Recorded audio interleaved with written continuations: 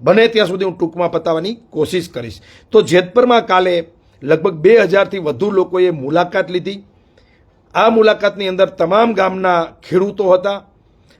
જેતપરે બહુ સારો રસ્તો અપનાવ્યો છે કે પોલિટિશિયનો નહીં, કારણ કે સરવાળે પોલિટિશિયનો પોતાના સ્વાર્થ ખાતર આંદોલનોને નુકસાન કરે છે એવું પાર્ટ 1માં ખેડૂત આગેવાનોને લાગ્યું, ખેડૂતોને લાગ્યું, ખેડૂતના દીકરાઓને લાગ્યું. એટલે બહુ સારો નિર્ણય કે રાજકારણનું પદ છોડી અને તમે આંદોલનમાં આવી શકો છો.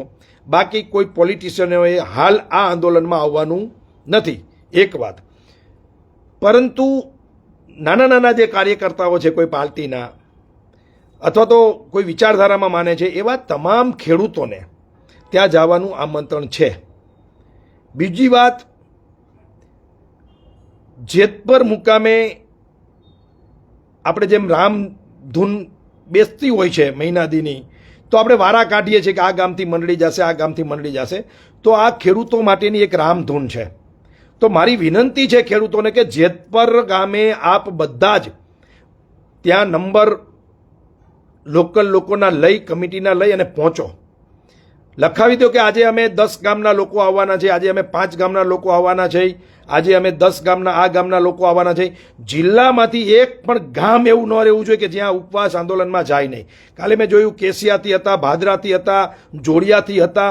જો આટલે બધે દૂરથી ખેડૂતો આવી શકતા હોય તો અહીંયા નજીકના ખેડૂતોને જવું જોઈએ એવું મારું સ્પષ્ટ માનવું છે. અને તાકાતથી ને દમખમથી આમાં ભાગ લેવો જોઈએ, કારણ કે આ લડાઈ ખેડૂતોની છે, આપણા બધાની છે. અને ખબર પડવી જોઈએ, આજ સુધી ઘણા વર્ષોથી ખેડૂત આંદોલનો ગુજરાતમાં ઝીરો થઈ ગયા છે. એટલે મનમાની સરકાર અને સરકારના નેતાઓ કરી રહ્યા, ઉલ્લુ બનાવે છે ખેડૂતોને. ઉલ્લુ શું બનાવે છે? ઉલ્લુ બનાવે છે, ઉલ્લુ. ખેડૂતોને મૂર્ખ બનાવે છે આ સરકાર, એના નેતાઓ. એટલે એને ખબર પડવી જોઈએ કે શું તાકાત ખેડૂતોની છે. એ સિવાય મોરબીમાં રહેતા ખેડૂત દીકરાઓ, તમે નોકરી કરો છો, ધંધો કરો છો, નાનો મોટો બિઝનેસ કરો છો, કારખાનું ધરાવો છો, તમામને મારી વિનંતી છે કે રાતે મોટા ભાગે 8 વાગ્યા પછી આપણે ફ્રી હોય છીએ. તો આપ બધા જ પાનના ગલે ગપ્પા મારવા કરતા, ફ્લેટની નીચે પત્તા રમવા કરતા, વાતુના વડા કરવા કરતા 8 થી 11 કોઈ પણ ભોગે એક ગાડીમાં 5-5 જણા flat wise, society wise Jetpar મુકામે જવું જોઈએ એવું મારું સ્પષ્ટ માનવું છે. કારણ કે એ જ જેતપર છે કે જેને પાટીદાર આંદોલન હોય તો ટ્રેક્ટરો ભરીને, બોલેરો ભરીને આ લોકો મોરબીની રેલીમાં આવ્યા હતા, એ મને યાદ છે. આ એ જ જેતપર છે કે જેને રાજકીય દિશા બતાવી છે અંબાઈ અગારાથી. અને આ એ જ જેતપર છે કે આજુબાજુના 25 ગામોમાં કોઈ પણ ખેડૂતને લુખ્ખો ગુંડો દબાવતો હતો, કોઈ પણ ખેડૂતોને પીડા હતી, ગામના કોઈ છોકરાને પ્રોબ્લેમ હતો, તો આ જ જેતપર એ સમયે 30 વર્ષ પહેલાં ટ્રેક્ટર ભરી અને ધોકા, લાકડી, પાવડા, ત્રિકમ, કોદારીઓ લઈ અને એ ગામના યુવાનોને બચાવવા માટે, ગુંડાઓની સામે સામનો કરવા માટે આ જ જેતપર લડતું હતું. એટલે એ આપણું જેતપર હારશે તો આખો ખેડૂત સમાજ હારશે, પાટીદાર સમાજ હારશે અને બધાનું મોરલ ડાઉન થશે. મોરલ વધારવા માટે ત્યાં માણસો જોશે. લડવાવાળા તો ત્યાં છે, પણ જેતપરના ખેડૂતોનું, જેતપરના ગામજનોનું મોરલ વધારવું, એને સપોર્ટ કરવો એ આપણી બધાની ફરજ છે. અને પક્ષાપક્ષીથી ઉપર થઈ જાજો ભાઈ, પક્ષાપક્ષીથી. મેં પોતે કીધું કે મારી ઉપર ક્યાંક ને ક્યાંક, હું કહું કે ન કહું, રાજકીય સિમ્બોલ છે. હું સરકાર વિરોધી માણસ છું, સરકારની નીતિઓનો હું વિરોધ કરું છું, એટલે કે હું વિપક્ષનો માણસ છું, એ વાસ્તવિકતા છે. એટલે હું પ્રત્યક્ષ રીતે ત્યાં જવાનો નથી, પરોક્ષ રીતે મારાથી આ આંદોલનને જે કંઈ મદદ થાય એ હું કરવાનો છું. તો આપ બધા પણ જો ત્યાં જવાનો ટાઈમ ન હોય તો જેતપરના સમર્થનમાં પોસ્ટ બનાવો, જેતપરના સમર્થનમાં વિડીયો બનાવો, જેતપરના સમર્થનમાં કોમેન્ટ કરો, જેતપરના સમર્થનમાં એટલે કે ખેડૂતોના સમર્થનમાં, જેતપર એક નહીં, એ સિવાય પણ જ્યાં જ્યાં આંદોલનો ચાલે છે વીજપોલ કંપની સામે, એ તમામ જગ્યાના નિવેદનો, પોસ્ટો ફેસબુકમાં લાઈવ કરો, કોમેન્ટ કરો અને ખેડૂતના સમર્થનમાં તમે બધા સોશિયલ મીડિયાના માધ્યમથી આવો, સોશિયલ મીડિયાના માધ્યમથી. એટલા માટે હું કહું છું કે જેતપરને, ખેડૂત સમાજને, ગુજરાતભરના ખેડૂતોને, ખાસ કરીને સુરેન્દ્રનગર જિલ્લો, મોરબી જિલ્લો, બોટાદ જિલ્લો, જામનગર જિલ્લો, કચ્છ જિલ્લો, અત્યારે આ 4-5 જિલ્લાને તો ખાસ ખેડૂતોના સમર્થનમાં આવવાની પબ્લિકની જરૂર છે. શહેરમાં રહેતા હોય, સારી સરકારી નોકરી હોય કે પ્રાઇવેટ નોકરીને માનતા કે આપણે તો ક્યાં જરૂર છે સરકાર સામે હું કામ કોમેન્ટ કરવી જોઈએ, ખેડૂતોનું શું કામ સમર્થન કરવું જોઈએ? એટલા માટે તમારે સમર્થન કરવું જોઈએ કે તમે જે સવાર બપોર સાંજ જમો છો ને, તમે, તમારી પત્ની, તમારા બાળકો, તમારા મા બાપ, કોઈ પણ તમે જે રોટલા ખાવ છો ને, રોટલી ખાવ છો ને, શાકભાજી ખાવ છો ને, ખેડૂતના ખેતરમાંથી પેદા થઈને આવે છે. અને મિત્રો, એ કેટલામાં પેદા થાય છે ને કેટલામાં તમારા ઘર સુધી પહોંચે છે ને, અને એમાં ખેડૂતનું શું વરે છે ને, ખેડૂતોને પૂછી જોજો ક્યારેક. ખેડૂતો મર્સિડીઝમાં બહુ ફરતા નથી, તો જમીન વેચી હોય ને કંઈ બીજા ધંધા હોય તો અલગ વાત છે, પણ પ્યોર ખેતી કરતો માણસ, પ્યોર 10-15 વીઘામાં ખેતી કરતા માણસ પાસે વર્ષે માંડ 2 છેડા ભેગા થાય ને એવી પરિસ્થિતિ છે. એક પણ ખેડૂતનું ખેતર એવું નહીં કે જેના ઉપર ધિરાણ નહીં હોય, એટલે કે દેણું નહીં હોય. બેંકનું એમાં રજિસ્ટ્રેશન હશે જ કે આ બેંકમાંથી આને લોન લીધી છે. આ વાસ્તવિકતા છે. એટલે ખેડૂત જે પેદા કરે છે ને, અને જે એને ખર્ચો લાગે છે ને, એના કરતાં પણ સસ્તું આપણા બધાના પેટ ભરાઈ દઈએ, મોંઘવારી વધે નહીં, એટલા માટે ખેડૂતોને અન્યાય થાય છે. છતાં પણ એ તમારા મારા માટે મગફળી ઉગાડે છે, કપાસ ઉગાડે છે, આ કપડાં પહેરવા માટે. નહીં તો આ બદન ઢાંકીએ છીએ ને, આ ખેડૂતોનો આભાર છે. આ કોટનથી બનેલો શર્ટ છે ને, અમારું બદન ઢકાય છે ને, આપણી ઇજ્જત ઢકાય છે ને, એની પાછળ ખેડૂતોનું લોહી પસીનો એક હોય છે. એટલે જે કંઈ પકવે છે ને, એનો આભાર માનવા માટે ફેસબુકમાં લાઈવ, શેર અને કોમેન્ટ કરજો મિત્રો, એના આભાર માનવા માટે. આમ તો તમે સીધી રીતે ખેડૂતોનું ઋણ ચૂકવી શકો એમ છે જ નહીં. જે શહેરી પ્રજા છે, જે ખેતી નથી કરતી, કામ ધંધો, નોકરી, બિઝનેસ જે કંઈ કરે છે, એ ક્યારેય ખેડૂતોનું ઋણમાંથી મુક્ત થઈ શકે એમ જ નથી. પણ આવા સમયે જ્યારે આંદોલનો ચાલતા હોય, લડાઈ ચાલતી હોય, ખેડૂતોની હકની વાત હોય, ખેડૂત ક્યારેય ખોટું માગે જ નહીં, ખોટું કરે જ નહીં. આ પહેલાં તમારા મગજમાં રાખી લેજો. એ જમીન વેચીને દેણું ચૂકવી દે, પણ એ કોઈનું ખોટું ન કરે એવી હું તમને છાતી ઠોકીને ખાતરી આપું છું. ખેડૂતમાં પાપ નથી, પ્રકૃતિનો કોઈ સીધો સિંચક હોય અને ઈશ્વરનું કોઈ ધરતી પર સ્વરૂપ હોય તો હું તો ખેડૂતને માનું છું. એટલે ખેડૂતોના સમર્થનમાં આપણે બધાએ આવવું જોઈએ. આપણે બધાએ ખેડૂતોના સમર્થનમાં આવવું જોઈએ, પ્રત્યક્ષ યા તો પરોક્ષ. એટલે સોશિયલ મીડિયાના માધ્યમથી ખેડૂતોના આંદોલનને મદદ કરો, એ મારી એક માંગણી છે. બીજી, ખેડૂતોને ખુશ થવા જેવા સમાચાર હાઈકોર્ટથી 2 દી પહેલા આવ્યા છે મિત્રો. આવી જ એક વીજ લાઈન ધોલેરા જતી હતી અને વચરેના ગામડાઓ જે છે, કમિયાણા, એ ગામના ખેડૂતોએ આવો જ વિરોધ કર્યો. પરંતુ અહીંયા જેમ જિલ્લા મેજિસ્ટ્રેટ ઓર્ડર કરી દે છે કે થાંભલો નાખો, તમને છૂટ, જેમ નાખવો એમ, ગમે તેવા ખેડૂતોના ખેતરને ખોદી નાખો, ચીલા પાડી દો, એના ઝાડવા પાડી દો, એના રસ્તાઓ બરબાદ કરી દો, પણ તમ તારે નાખો. આવો જેમ જિલ્લા મેજિસ્ટ્રેટ અહીંયા હુકમ કરે છે, એવો જ અમદાવાદ જિલ્લા મેજિસ્ટ્રેટે હુકમ કરી દીધો હતો. પરંતુ આ ગામના ખેડૂતો હાઈકોર્ટ ગયા, હાઈકોર્ટે જિલ્લા મેજિસ્ટ્રેટના હુકમને રદબદલ કર્યો અને નવો હુકમ કર્યો કે આવતી 19 તારીખ સુધીમાં ખેડૂતોને ન્યાય આપો અને 23 તારીખે ફરજિયાત ખેડૂતોને સાંભળી અને હુકમ કરી દો. મિત્રો, હાઈકોર્ટે ટીકા કરી કે ખેડૂતોને સાંભળ્યા વગર તમે આવો નિર્ણય જિલ્લા મેજિસ્ટ્રેટ કરી જ ના શકે. આ તો કુદરતી નિયમોના ઉલ્લંઘન કરીને આ હુકમ જિલ્લા મેજિસ્ટ્રેટે કર્યો છે. ફટકાર લગાવી, જિલ્લા મેજિસ્ટ્રેટને ફેર વિચારણા કરવાનું કીધું અને હાઈકોર્ટે ખેડૂત તરફી નિર્ણય આપ્યો. એ બદલ હાઈકોર્ટના જજને અને હાઈકોર્ટનો ખેડૂતના દીકરા તરીકે હું આભાર માનું છું. એટલે કે ક્યાંક ને ક્યાંક રાજસત્તા, ન્યાયાલય આ વિષયમાં જાગૃત થઈ છે, ખેડૂતોના વિજય તરફ એક પગલું ભરાણું છે એવું મને સ્પષ્ટ લાગી રહ્યું છે. બીજી ઘટના, આપણે બધા જ જાણીએ છીએ કે ભારતીય જનતા પાર્ટીની સામે ક્યાંય અવાજ ઉઠે, અન્યાયની સામે અવાજ ઉઠે એટલે ભારતીય જનતા પાર્ટી, એની સરકાર આ અવાજને દબાવવાની કોશિશ કરે, પોલીસનો ઉપયોગ કરે, પોલિટિશિયનો તોડફોડની રાજનીતિ કરે, ધાક ધમકી દબાડવાની રાજનીતિ કરે. એમાં ન ફાવે એટલે બીજો રસ્તો કે એની સામે એના પાલતુ લોકોને આગળ કરી અને એના જેવા જ કાર્યક્રમો આપે, એના જેવો જ વાતાવરણ ઊભું કરે. એટલે કે એમ બતાવે કે ગુજરાતના ખેડૂતો તો અમારી સાથે છે, ગુજરાતના વિદ્યાર્થીઓ અમારી સાથે છે. કોઈ મહિલા આંદોલન હોય તો મહિલાનું બીજે સંમેલન કરે અને એમ કે ભાઈ મહિલાઓ તો અમારી સાથે જ. આ એની પેટર્ન છે. આ પેટર્નના ભાગરૂપે એને ગોંડલની અંદર ખેડૂત સંમેલન બોલાવ્યું. દુઃખ સાથે કહેવું પડે કે જે સ્ટેજ ઉપર બેઠા હતા એમાંથી 99.99% ખેતીના ખની એની ખબર નથી. એવા લોકો ખેડૂત સંમેલનમાં સ્ટેજ ઉપર હતા કે જેને ખેતી શું છે, ખેડૂતની પીડા શું છે ખબર જ નથી. આવા લોકો સ્ટેજ ઉપર બેઠા હતા. અને ખુશીની વાત એ છે કે જે ખેડૂતો ત્યાં આવ્યા હતા એના એક પત્રકારે ઇન્ટરવ્યૂ લીધું કે વીજ થાંભલાના મુદ્દે ખેડૂત આંદોલન ચાલે છે, એમાં તમારું શું કહેવું છે?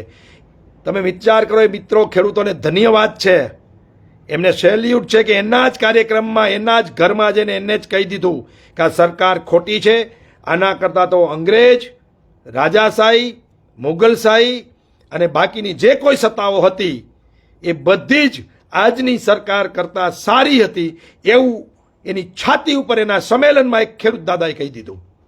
ઘણા બધા ખેડૂતોએ કહી દીધું. એટલે મિત્રો, તમારો વિજય નિશ્ચિત છે. ખેડૂતો જે લડે છે ને એને મારે કહેવું છે 4 બિંદુ ઉપર કે તમારો વિજય નિશ્ચિત છે.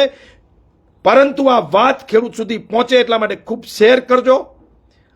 ખૂબ લોકો સુધી આ વિષય પહોંચવો જોઈએ અને ખેડૂત હતાશ ન થાય, પાછા ના પડે એટલા માટે મારી વાત એમના સુધી પહોંચાડજો.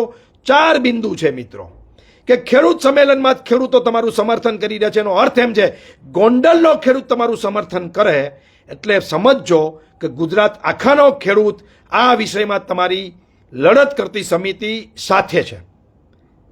જ્યાં પણ લડત ચાલે છે ત્યાં ગુજરાતનો ખેડૂત તમારા સમર્થનમાં છે. ગુજરાતના કોઈ પણ ખૂણે કોઈ પણ મીડિયા મિત્રને મારી વિનંતી છે કે જઈને પૂછો કે આ વીજ લાઈન ચાલે છે એમાં સરકાર સાચી છે કે ખોટી છે. એટલે કહેશે સરકારની નીતિ, સરકારનું તંત્ર, સરકારની પોલીસ ખોટી છે. આમ કહેશે. ખેડૂતોને યોગ્ય વળતર મળવું જોઈએ. ખેડૂત કહેશે હા. એ ભારતીય જનતા પાર્ટીનો સમર્થક ખેડૂત હશે. આમ છતાં પણ આ વાતનું ખંડન કરશે કે આ વિષયમાં સરકાર અને ભારતીય જનતા પાર્ટીના નેતાઓ ખોટા છે. આનો અર્થ એ છે કે ભારતીય જનતા પાર્ટી અને એની સરકારે વિચાર કરવાનો સમય આવી ગયો છે. ગોંડલની સભાથી એક બિંદુ બહાર આવે છે, એક વિષય બહાર આવે છે, એક વાત બહાર આવે છે કે એના જ કાર્યક્રમમાં તમામ ખેડૂતો સાચા છે, એની લડત સાચી છે ને વળતર જંત્રી પ્રમાણે નહીં, એની કિંમત પ્રમાણે 4 ગણું મળવું જોઈએ એ વાતનું સમર્થન ખેડૂતના સંમેલનમાં ભારતીય જનતા પાર્ટીના કાર્યક્રમની અંદર કીધું છે. એટલે તમારા વિજય તરફનું આ બીજું પગલું છે. પહેલું હાઈકોર્ટ, બીજું ખેડૂત સંમેલન. ત્રીજી વાત, હમણાં હું જોઈ રહ્યો છું સોશિયલ મીડિયા, ભારતીય જનતા પાર્ટીના કેટલા બધા મિત્રો ખેડૂત સમર્થનમાં કોમેન્ટ કરી રહ્યા છે. એટલે કે ભાજપની નીતિઓનો વિરોધ કરી રહ્યા છે એમના જ કાર્યકર્તા, એમના જ નાના મોટા નેતાઓ. એને સમજાઈ રહ્યું છે કે આપણી સરકાર, આપણા નેતાઓ ખેડૂતોને અન્યાય કરી રહ્યા છે. આ જ્યારે વાસ્તવિકતાનું ભાન ભારતીય જનતા પાર્ટીના જ મિત્રોને થઈ રહ્યું છે એટલે એ સમર્થન કરી રહ્યા છે, કોમેન્ટ કરી રહ્યા છે. એમના વલણો બદલાના છે. નહીતર તો એ ગાલી ગલોચ, પાકિસ્તાની, બાંગ્લાદેશી, દેશદ્રોહી આવા અનેક ટેગ લગાડી અને આ ખેડૂતોને બદનામ કરવાનું ચાલુ કરી દે. એની જગ્યાએ આ ભારતીય જનતા પાર્ટીના મિત્રો સમર્થન કરી રહ્યા છે. આ ખેડૂત આંદોલનને સરકારની નાની મોટી ટીકા ટિપ્પણી કરતા જોવાઈ રહ્યા છે. ત્યારે હું એવું માનું છું કે આ ત્રીજું બિંદુ એવું છે કે તમારો વિજય એટલે કે ખેડૂતોનો વિજય એ નિશ્ચિત છે.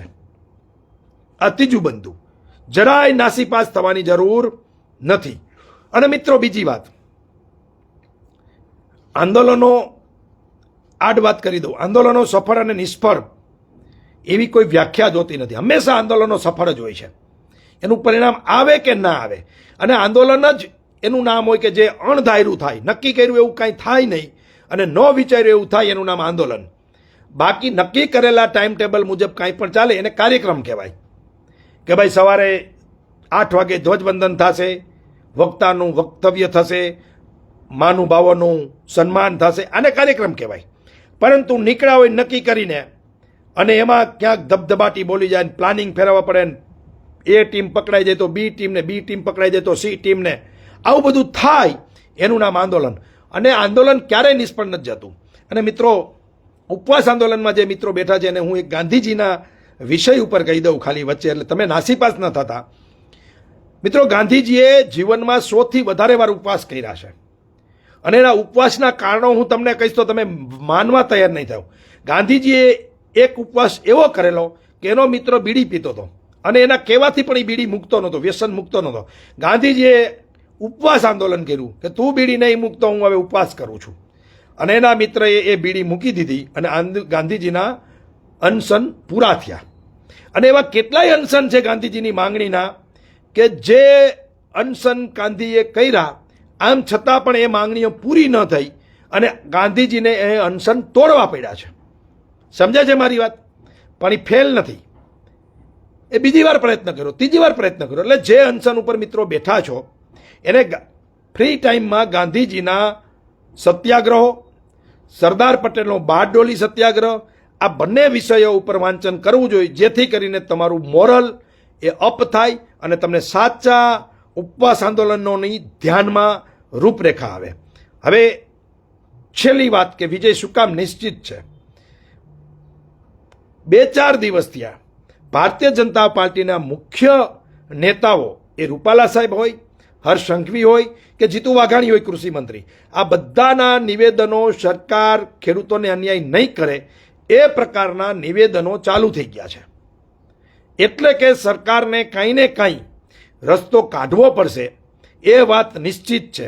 પરંતુ આ સરકાર બીજા કોઈ જશ ન લઈ જાય, બીજા કોઈના કહેવાથી આપ્યું છે, એટલે કે ખાસ કરીને વિપક્ષના કહેવાથી આપ્યું છે કે વિપક્ષના કોઈ નેતાના કહેવાથી આપ્યું છે કે વિપક્ષની કોઈ સંસ્થાઓ છે, કિસાન સંઘર્ષ સમિતિ કે કોંગ્રેસ કિસાન કે આમ આદમી પાર્ટીનું જે કિસાન સંગઠન છે, આવા કોઈ બીજા પક્ષના લીડરો કે બીજા પક્ષના નેતાઓ એનું જસ ખાટી ન જાય. એટલે ભાજપ ક્યાંક ને ક્યાંક એમના સંગઠનોને, એમની સરકાર, એમની પાર્ટીના જ લોકોને જસ મળે એટલા માટે એક પ્લાન બનાવી રહ્યા છે. એટલે જ સોશિયલ મીડિયામાં ક્યાંક ને ક્યાંક એ પ્રકારનું વાતાવરણ બનાવી રહ્યા છે. અને એ જ કારણોસર મને દેખાઈ રહ્યું છે કે વિજય ખેડૂતોનો નિશ્ચિત છે. તો મિત્રો, ફરીને મારી વિનંતી છે કે મારી વાત ખેડૂતોના મોબાઈલમાં પહોંચે એની જવાબદારી તમારા બધાની છે, શેર કરવાની. બીજી વાત, જ્યાં પણ આપણે ફ્રી બેઠા છીએ, જ્યાં પણ આપણે નવરા છીએ, સમય છે, એ બધા જ મિત્રો જેતપર મુકામે તમારી અનુકૂળતાએ ત્યાં પહોંચો. ત્યાં એક બુક રાખેલી છે, એમાં તમારું નામ, નંબર નોંધ કરજો, કયા ગામથી આવો છો એ પણ નોંધ કરજો, જેથી કરીને ખબર પડે. અને ત્યાંની જે સમિતિ છે, ત્યાંની જે ટીમ છે, એમના જે નંબરો છે એમને કોન્ટેક્ટ કરી અને તમારા ગામથી યુટિલિટી, ટ્રેક્ટર કે બસ ભરીને મહિલાઓ સાથે, ખેડૂતના પરિવારો સાથે આપણે એક દિવસ એક ગામે ફાળવવો જોઈએ. એમ કરીને રોજના 5-10 ગામો આ ઉપવાસ છાવણીની મુલાકાત લઈએ એવી મારી આપ બધા જ ખેડૂત પરિવારોને, મોરબી જિલ્લાના લોકોને વિનંતી છે કે સમય આપણે ત્યાં આપવો જોઈએ, એમનો હોસલો વધારવો જોઈએ, એમની હિંમત વધારવી જોઈએ. આ વાત સાથે હું મારી વાતને પૂરી કરું છું. કાલે ફરીથી લાઈવ થઈ અને જેતપર સહિતની જે કાંઈ ખેડૂતોની ઘટનાઓ છે એનું હું તમને વિવરણ કરીશ, વાત કરીશ અને ખૂબ લડાઈ આગળ વધે. અને સરવાળે આપણે એક જ વાતનું ધ્યાન રાખવાનું છે કે ખેડૂતોને ન્યાય મળવો જોઈએ, ખેડૂતોને વળતર મળવું જોઈએ. આપણે ટપાકાથી કોઈ મતલબ નથી, આપણે માત્ર ને માત્ર રોટલાથી મતલબ છે. ક્યાંથી આપ્યું, કોને અપાવ્યું, કોને જસ લીધો, કોને જસ મળ્યો, એ જે કાંઈ જેને કરવું એ કરે.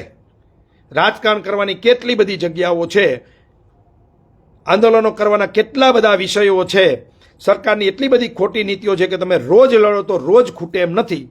એટલે ખેડૂત આંદોલનમાં રાજનીતિ કર્યા વગર એમને ન્યાય મળે એ જ સાચા અર્થમાં આપણે ખેડૂત દીકરા તરીકે આપણી ફરજ હોવી જોઈએ. વધુ નહીં કહેતા ફરીથી બધાને જય જવાન, જય કિસાન, જય સરદાર, બધાને જાજા કરીને મનોજ પરારારા રામ રામ.